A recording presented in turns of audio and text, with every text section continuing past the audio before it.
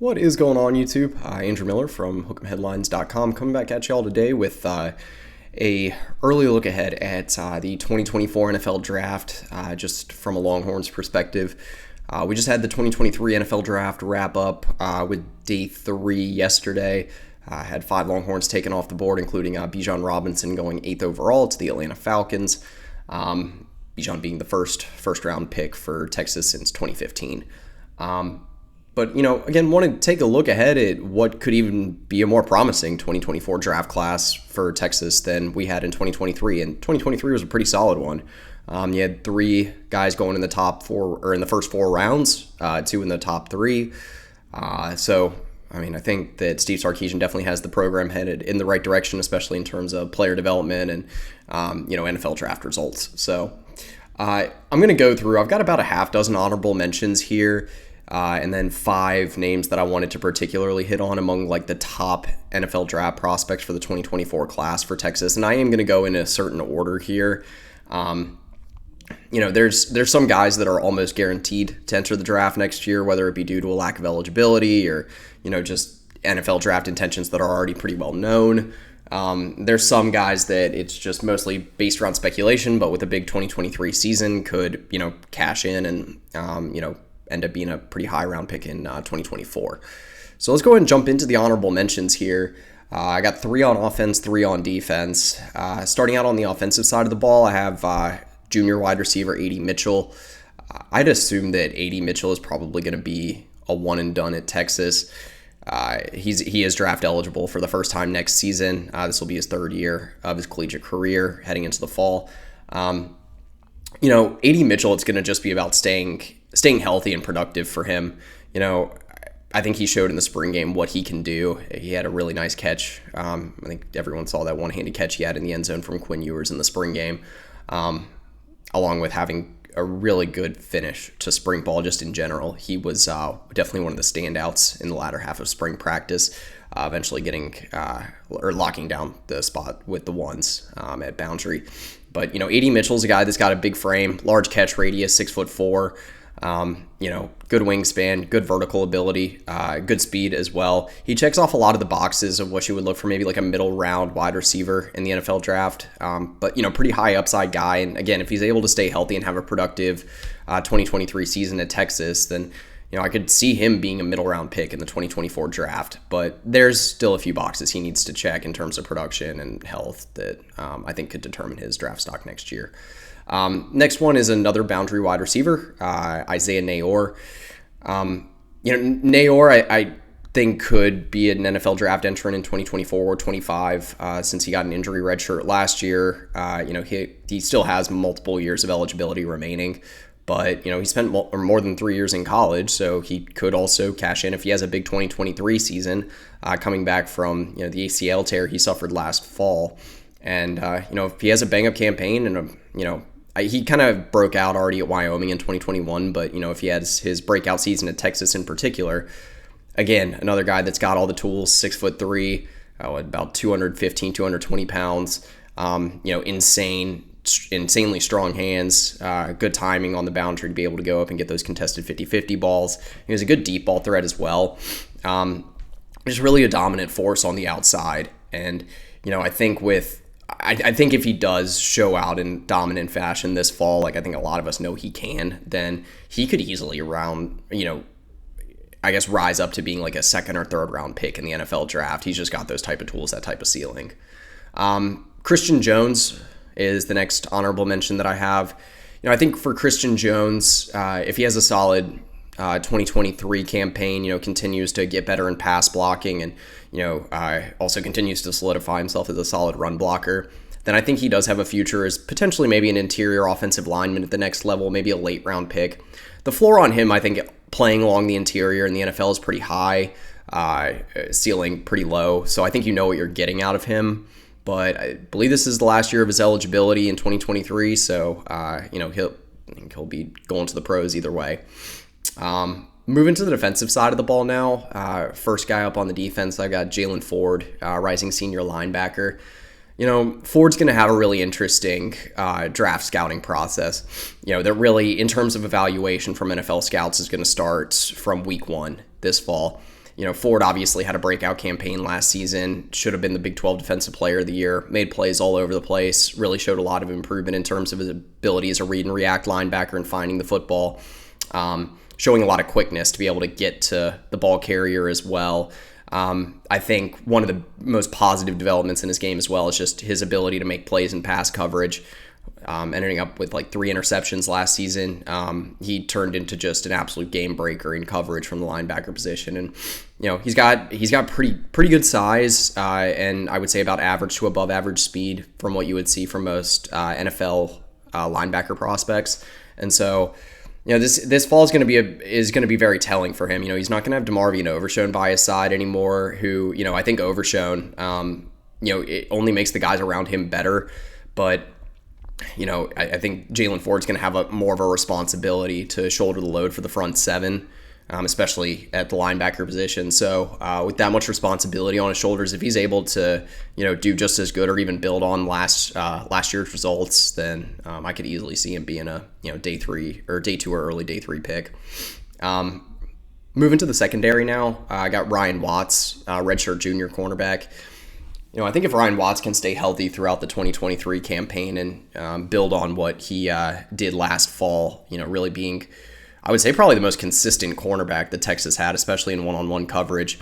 He completely changed the way that Texas was able to play defense in the secondary, because you didn't have to have someone shading over the top on the boundary anymore. You could really trust Ryan Watts in one-on-one coverage. Obviously, if you're looking for a lanky cornerback, Ryan Watts stands at 6'3". He's very physical. I think the physicality of the game at the next level and the aggressiveness is not going to be an issue for him. Body control might be something that he has to work on a little bit this fall. I would definitely say that's a potential area of improvement for him. But just when it comes to timing, instincts and physicality, length, a lot of the things that you would look for in a modern NFL corner, Watts checks a lot of those boxes. He isn't guaranteed to declare for the draft, and I don't know if he necessarily has like that first or second round upside, but certainly like middle round pick. That's why he makes this list as an honorable mention and doesn't actually crack the top 5. And then the final honorable mention on the list is senior defensive back Jahdae Barron. Texas is starting nickelback. I think Barron is a really interesting prospect in the 2024 draft. He's a guy that maybe some people are sleeping on him in terms of his upside at the next level. I don't know if that's kind of due to a lack of size or maybe, lack of exposure on the national scene. I don't think that many people are looking at him as like the star of the Texas defense, but I am not doubting that Barron has maybe late day 1 or day 2 upside in him. The guy just does almost everything well. He's a sure tackler in the open field. He finds the ball carrier, and is a sure tackler almost in the blink of an eye, whether it's, defending the pass in space, defending the run, whatever that be. He's very versatile. You can line him up in the box to, help out in run defense, help out in the flats, or you can line him up as a slot corner. He can even play man coverage. When he was playing at the cornerback position a couple of seasons ago for Texas, he was one of the highest graded corners, actually one of the highest graded defenders in general during the 2021 season. And, he's got good quickness, excellent timing, pretty good hands. Barron's the guy that I really like. I think with another full season of solid film under his belt and, maybe a little bit more national exposure, especially if Texas finds more success in the Big 12, that I think he's going to be one of the biggest benefactors. Again, I think his upside's really high, but I think his floor is kind of low as well compared to some of the guys that, are really some of the top prospects in the 2024 class for the Longhorns. But Barron is definitely a guy that I think has a really solid NFL future in front of him. So let's go ahead and work into the top 5 here. So the first name up on the list is maybe the guy with the highest physical upside, or at least the most physically gifted of any of the prospects in the 2024 class for the Longhorns. That's Alfred Collins. Rising senior defensive lineman, stands around like 6'5", 310. Just an absolute menace up front. Collins, the biggest question for him is always going to be consistency. Can he get it done on an every down basis, or at least like in a snap load of like maybe 300 plus defensive snaps this fall? Because Texas is going to be relying on him as one of the top 3 defensive linemen in this rotation, alongside Byron Murphy and Tavondre Sweat. And so, if Collins can kind of build on some of the consistency that he started to really show for the first time in his collegiate career game by game last fall, and, really have a solid season in 2023, put it all together on the field finally. I mean, the sky's the limit for him. I did an article on the site, I believe this was yesterday, giving verdicts and projections for each of these top 5 prospects in the class. And, I think for Collins, realistically, you're looking 4th to 5th round, just because I think what he would have to do to become like a legitimate 1st or 2nd round prospect would be, at least tripling the production that he's had for his best season of his collegiate career so far. Definitely had, like, in terms of physical gifts, and, if he blows everyone away throughout the draft scouting and combine process next year, certainly is within reach for him to just explode up draft boards. Like I said, right now I've got him projected as around a 4th round pick. I think, maybe early day 3, late day 2 is pretty realistic for him if he does declare for the 2024 draft. Mind you, he's eligible to return for a 5th season if he exercises the COVID year. And number 4, I've got one of the guys that I'm highest on Texas's defense for the 2024 draft, and that's super senior interior defensive lineman T'Vondre Sweat. 6'4", 355-pound defensive lineman that I think could be one of the very best at his position in the Big 12 this season. Texas getting Sweat back this fall is absolutely huge. He was already one of the most productive and disruptive defensive linemen in what was one of the most improved position groups in the entirety of the Big 12 on the defensive side of the ball last year. Now Sweat is going to be one of the top 2 guys for Texas up front alongside Byron Murphy. And I think there's a few areas of his game that he will need to improve a little bit to really solidify himself. I projected him as about like a 3rd round pick. I think he can work his way up into the 1st or 2nd round conversation. He's definitely got the physical tools. He's got the frame. He's definitely got the disruptiveness, the ability to shed blocks. He's got good hands. So a lot of those key boxes that you need to check is, a top tier defensive line prospect in the NFL. I think he does. There are some question marks, as I mentioned. I would like to see him continue to improve on, as well as finishing plays. He came up with, I think it was a career best 24 quarterback pressure somewhere in that ballpark last year, but I don't think he actually got home for a single solo sack. And so, being able to take proper pad level, the right approach, he's got an insanely quick first step, very quick at the point of attack. Again, I mentioned his good hands, improved instincts. Just work on that fundamental pad level on a consistent basis, and he can really be one of the most menacing defensive linemen in the Big 12, which would translate to him being one of the top defensive line prospects in the 2024 draft class. At number 3, moving back to the offensive side of the ball now, I've got junior wide receiver Xavier Worthy. So I think Worthy is going to be one of the more volatile prospects in this draft class, just in the sense that he's got a lot riding on this season. I think a lot of people have heard the term used that this is his contract year. He might have even mentioned that at one point, this offseason or since the end of last season. And I think that is very true because, Worthy regressed in most statistical areas last season. He had some issues with dropping the ball. The chemistry with Quinn Ewers on the deep ball pretty much completely went away by the end of the season.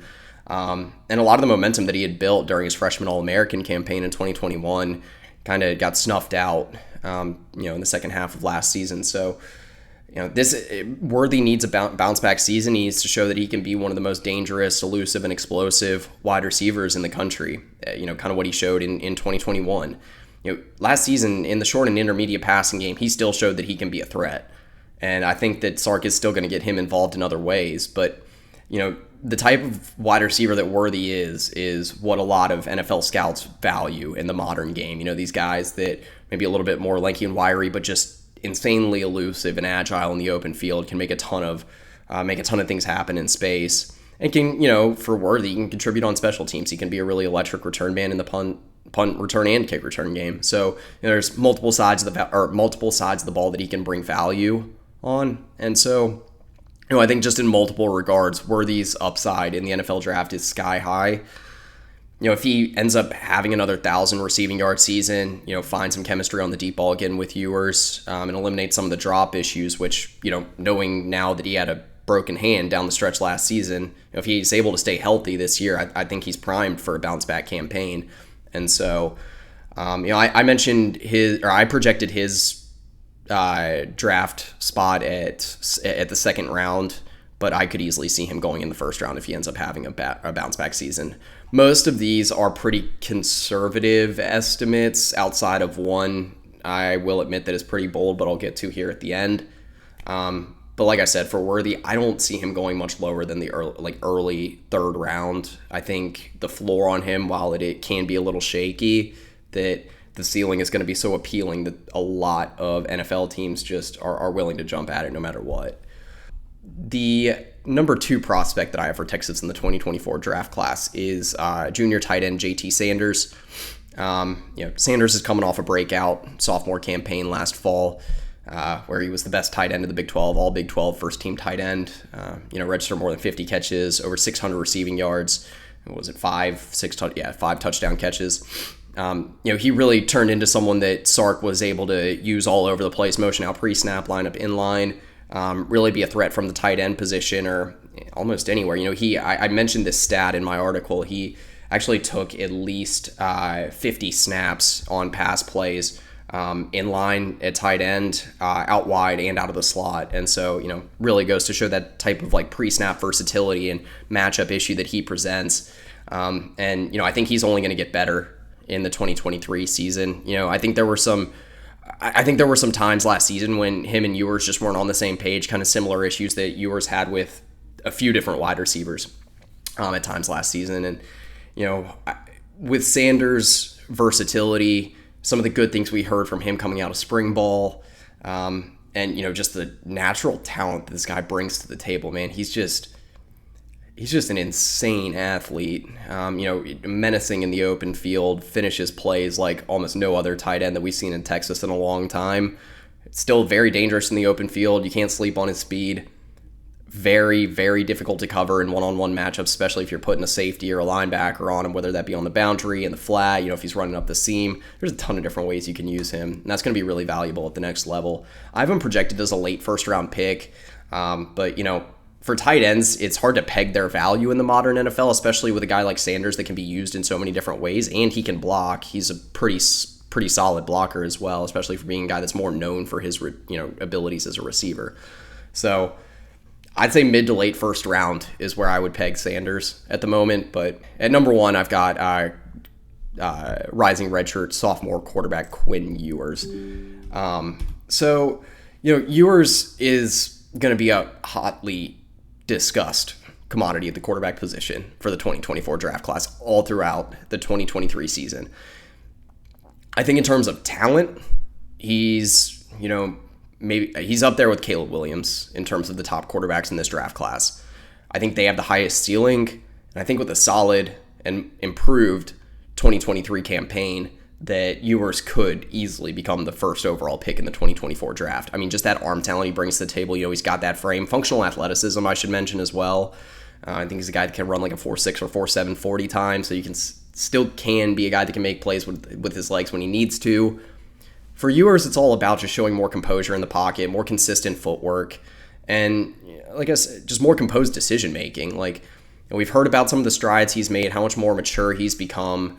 And I mean, those are all going to be huge selling points for him to NFL scouts. He needs to show that he will be able to make those strides on the field this fall and really lead this offense. Texas doesn't have Bijan Robinson anymore to shoulder the load on offense. It's going to be on Quinn's shoulders for the most part now. And, if he's able to lead this team to a 10, 11 win season, maybe more, then I think you're just going to see his draft stock. I mean, his draft stock's already pretty high, but I think you're really going to see him solidified as a top 10 pick. That's where I pegged him as a top 10 caliber prospect in the draft. If you look at different sites right now or different media outlets, he's anywhere from a top 5 pick to, the number 5 or 6 quarterback in different draft big boards. So very volatile draft stock for him right now, and that's going to continue to be the case, I think, until he can find some consistency on the field. Anyway, I think that's about it for me kind of going through some of the way too early projections. It's just my projections for Texas players in the 2024 draft class. An early look ahead is we just wrapped up the 2023 draft roughly 24 hours ago. I'm interested to see what some of the reactions and responses are to this video. So definitely going to be happy to interact in the comments, but interested to hear what y'all have to say as well. But anyway, for Andrew Miller, Hook'emHeadlines.com, that's pretty much it. Welcome.